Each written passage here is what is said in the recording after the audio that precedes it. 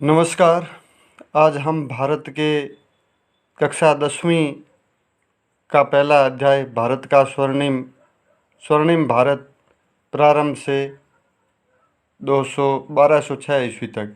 कक्षा 10वीं का पहला अध्याय है स्वर्णिम भारत 1200 प्रारंभ से 1206 ईस्वी तक का अध्ययन करेंगे, पढ़ेंगे, जिसमें से आप सभी से पहले ध्यान दीजिए। भारत का इतिहास एवं संस्कृति अपने प्रारंभिक काल में से ही गौरवशाली रही है। इतिहास और संस्कृति वो प्रारंभिक काल में गौरवशाली रही है, यानी जिसके ऊपर हम गर्व कर सकते हैं। स्वर्णिम काल माना जाता है वो। उत्खनन और पुरातात्विक अवशेषों के आधार पर भारतीय संस्कृति विश्वव्यापी स्वरूप दिखाई देता है। भारत का विश्वव्यापी है जो उत्खनन हुआ है, खोदा है, और पुराने जो अवशेष मिले उससे ये पता चलता है कि भारत की जो संस्कृति है वो केवल भारत के अंदर ही नहीं, उसका विश्व के अन्य देशों के साथ में संबंध था, इसलिए उसका विश्वव्यापी स्वरूप दिखाई देता है। समुद्र पार प्रदेशों को भारत में द्वीपांतर कहा जाता था। समुद्र के पार प्रदेश यानी भारत का जो उपमहाद्वीप है उससे अलग जो दूसरा प्रदेश है समुद्र के पार जो द्वीप बने हुए उनको द्वीपांतर कहा जाता था।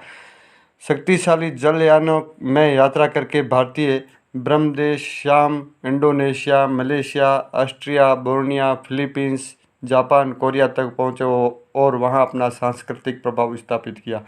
भारत के जो लोग हैं वो जलयान यानी जहाज़ों का, बड़े बड़े जहाज़ों के माध्यम से वह विश्व के अन्य देश है जो भारत के द्वीपांतर है, अन्य देश द्वीपांतर जिनको कहा जाता है, वहाँ पर पहुँचे। वहाँ यहाँ पर नाम दे रखे हैं Brahmadesh, Shyam, Indonesia, Malaysia, Austria, Borneo, यानी वहाँ पर भारतीय संस्कृति पहुँचे तो स्वाभाविक है वहाँ पर भारतीय संस्कृति का उन्होंने प्रसार किया। सिंधु घाटी सभ्यता, वैदिक सभ्यता, रामायण एवं महाभारत कालीन सभ्यता भारत की एवं संस्कृति का काल भी भारत का स्वर्णिम काल रहा है। अब भारत का स्वर्णिम काल कौन सा रहा है? सिंधु घाटी सभ्यता, वैदिक सभ्यता, रामायण और महाभारत काल है, ये भारत का स्वर्णिम काल माना जाता है। ये भारत के इतिहास का स्वर्णिम काल माना जाता है। यानी इस समय में भारत के अंदर जो सांस्कृतिक प्रभाव था पूरे विश्व के अंदर छाया हुआ था। उत्तर वैदिक काल में हमें विभिन्न जनपदों का अस्तित्व दिखाई देता है। जनपद माने जाते हैं, जनपद यानी छोटे छोटे राज्यों के छोटे छोटे टुकड़े, उनका अस्तित्व जो हमें दिखाई देता है और उत्तर वैदिक काल में दिखाई देता है। उत्तर वैदिक काल है यानी वैदिक काल है। वैदिक काल को दो भागों में बांटा गया था, पूर्व वैदिक काल और उत्तर वैदिक काल। कितने भागों में? दो भाग है, पूर्व वैदिक काल और उत्तर वैदिक काल। तो उत्तर वैदिक काल के अंदर जो भारत का है, पूर्व वैदिक काल यानी जो पूर्व में था, यानी जो 600 ईस्वी से पूर्व, ईसा पूर्व से पहले, और जो उत्तर वैदिक पूर्व वैदिक काल माना जाता है। अब 600 ईसा पूर्व से 1 ईस्वी तक का जो काल माना जाता है वो उत्तर वैदिक काल माना जाता है। पहले वाला पूर्व वैदिक काल, फिर बाद वाला उत्तर वैदिक काल माना जाता है।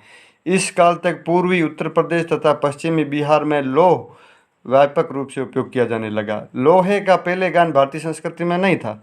सिंधु घाटी सभ्यता में, वैदिक सभ्यता में लोहे का ज्ञान नहीं था, लेकिन उत्तर वैदिक काल के अंदर लोहे का प्रयोग हुआ, अस्तित्व में आया, लोहे का ज्ञान हुआ लोगों को। तो बिहार और पश्चिमी उत्तर प्रदेश में, कहाँ पर?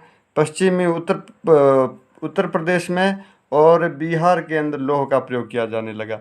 ज़्यादातर जो प्रयोग किया जाने लगा वह पूर्वोत्तर भारत के अंदर इसका प्रयोग ज़्यादा हुआ, वह ज़्यादा लोहे का प्रयोग किया जाने लगा। लौह तकनीक ने लोगों को भौतिक जीवन में बड़ा परिवर्तन कर दिया। भौतिक जीवन में बड़ा परिवर्तन कर दिया। भौतिक जीवन यानी जो जीवन यापन कर रहे थे लोग, उसे लोहे की खोज हुई और खोज के माध्यम से उनके जीवन में परिवर्तन आया। कृषि कार्य है वो करने लगे, जीवन में स्थायित्व आया, इससे पहले स्थायित्व नहीं था। इसमें समाज में स्थायी जीवन यापन करने की प्रवृत्ति बढ़ी। यानी पहले जो मानव था घूम घूम करके अपने जीविका का साधन ढूंढता था, लेकिन लोहे का उपयोग करने से उसका जीवन है वो स्थायी हो गया। कृषि, उद्योग, व्यापार, वाणिज्य आदि के विकास ने, कृषि का विकास हुआ, उद्योग और व्यापार का विकास हुआ, वाणिज्य का विकास हुआ, यानी स्थायी जीवन करने लगा, खेती करने लगा, तो खेती से उद्योग हुए, व्यापार हुए, वाणिज्य हुए। प्राचीन जनजातीय व्यवस्था का जर्जर बना दिया।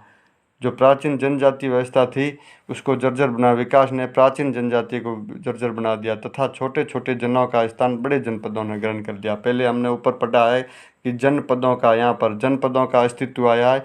ये छोटे छोटे जनपद थे। इन छोटे छोटे जनपदों को जो बड़े शक्तिशाली जनपद थे उन्होंने क्या कर दिया, छोटे छोटे जनपदों ने बड़े जनपद का ग्रहण कर दिया। ईसा पूर्व 6ठी शताब्दी तक आते आते जनपद महाजनपद के रूप में विकसित हो गए। यानी ईसा पूर्व 6ठी शताब्दी आते आते जो छोटे छोटे जनपद थे उनको शक्तिशाली जनपदों ने अपने साथ में मिला दिया विजय करके। तो इसे जो जनपद है वो कैसे बन गए, वो जनपद है वो महाजनपद बन गई। कैसे जनपद बन गए, महाजनपद बन गए। 6ठी शताब्दी ईसा पूर्व के प्रारंभ में, 6ठी शताब्दी के ईसा पूर्व के प्रारंभ में 6ठी शताब्दी के ईसा पूर्व के प्रारंभ में उत्तर भारत में सार्वभौम सत्ता का पूर्णतः अभाव था। यानी 6ठी शताब्दी से पहले सार्वभौमिक सत्ता, सार्वभौम सत्ता का मतलब है कि पूरे भारत पर एक छत्र राज्य करने वाली सत्ता का अभाव था। उस समय जो सत्ता थी उसमें से केवल छोटे छोटे जनपद थे। लेकिन 6ठी शताब्दी ईसा पूर्व के बाद में क्या हुआ, जो सत्ता हुई है वो बड़े बड़े जनपदों ने रूप ले लिया, शक्तिशाली सत्ता है। संपूर्ण भारत अनेक स्वतंत्र राज्यों में विभक्त था। 6ठी शताब्दी ईसा पूर्व भारत छोटे छोटे राज्यों में, यानी स्वतंत्र राज्य थे जो छोटे छोटे थे। ये राज्य उत्तर वैदिक कालीन राज्यों की अपेक्षा अधिक विस्तृत तथा शक्तिशाली थे। ये राज्य थे, कैसे थे, उत्तर वैदिक कालीन जो सभ्यता थी उसकी तुलना में ये क्या थे, बहुत विस्तृत थे और छोटे छोटे ये राज्य थे। उसके बाद में आप देखिए यहाँ पर आप महाजनपद काल, महाजनपद काल कब का है, महाजनपद काल है वो 600 से लेकर के 300 ईसा पूर्व का, 600 से 300 ईसा पूर्व का। यानी कहने का मतलब है वो ईसा पूर्व है, ईस्वी नहीं है, ध्यान दो। 600 से 325 ईसा पूर्व तक का जो काल रहा है वो महाजनपद काल रहा है। उसके बाद में तो 325 के बाद में मौर्य वंश आ जाता है, तो मौर्य वंश का काल आ जाता है। यानी मौर्य वंश से पहले पहले का जो काल रहा है वो महाजनपद का काल रहा है। 6ठी शताब्दी ईसा पूर्व से उत्तर भारत में अनेक विस्तृत और शक्तिशाली स्वतंत्र राज्य, 6ठी शताब्दी से विस्तृत और शक्तिशाली स्वतंत्र राज्य की स्थापना हुई जिन्हें जनपदों की संज्ञा दी गई। बौद्ध ग्रंथ अंगुत्तर निकाय के अनुसार उस समय 16 महाजनपद विद्यमान थे। अंगुत्तर निकाय है, बौद्ध ग्रंथ है। अंगुत्तर निकाय क्या है, बौद्ध ग्रंथ है। बौद्ध ग्रंथ यानी जो महाजनपदों का उल्लेख है वो किसमें है, अंगुत्तर निकाय में। बौद्ध ग्रंथ अंगुत्तर निकाय में 16 महाजनपद है, उनका उल्लेख है। कितने महाजनपद, 16 महाजनपदों का उल्लेख है। और 16 महाजनपद ये आपके नीचे दे रखा है। काशी जिसकी राजधानी वाराणसी थी, उसके बाद में थी कुरु जिसकी राजधानी इंद्रप्रस्थ थी। महाभारत कालीन का कुरु प्रदेश, इंद्रप्रस्थ राजधानी युधिष्ठिर शासन करता था। अंग प्रदेश, अंग की राजधानी चंपा थी। अंग प्रदेश में कौन शासन करता था, अंगराज कर्ण शासन करता था, उसकी राजधानी चंपा। मगध की राजधानी राजगृह थी।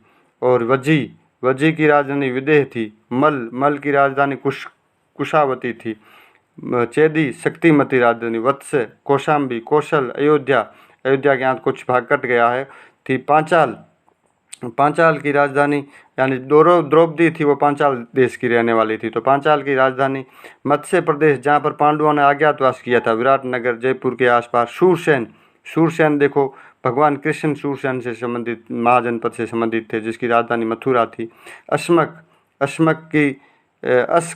की राजधानी पोतन थी। अवंती की राजधानी थी उज्जैनी थी। गांधार शकुनी था जो महाभारत में, उसकी राजधानी गांधार का था। और गांधार की राजधानी तक्षशिला थी। कंबोज की राजधानी थी जो वो राजपुर थी। इस प्रकार से 16 महाजनपदों के बारे में बताया गया है। आपको इस पाठ में से जितने भी प्रश्न बनते हैं वो प्रश्न बना करके लाने हैं। और ये 16 जनपद है, महाजनपद है, इसके बारे में आपको पूरा याद करना। 16 के 16 महाजनपद आपको पूरे कंप्लीटली याद होने चाहिए। कौन सा कहाँ स्थित था और उसकी राजधानी कहाँ थी, ये पूरा आपको याद करना है। इसकी आपको एक सामाजिक की कॉपी बनानी है और कॉपी बना करके इसके अंदर जितने भी प्रश्न बनते हैं छोटे छोटे, उन प्रश्नों को बना करके मेरे को व्हाट्सएप पर मेरे नंबरों पर सेंड करना है। उस कॉपी को मैं जांच करूँगा। ये आपका कार्य गृह कार्य है और ये ज़रूर आपको करके लाना है।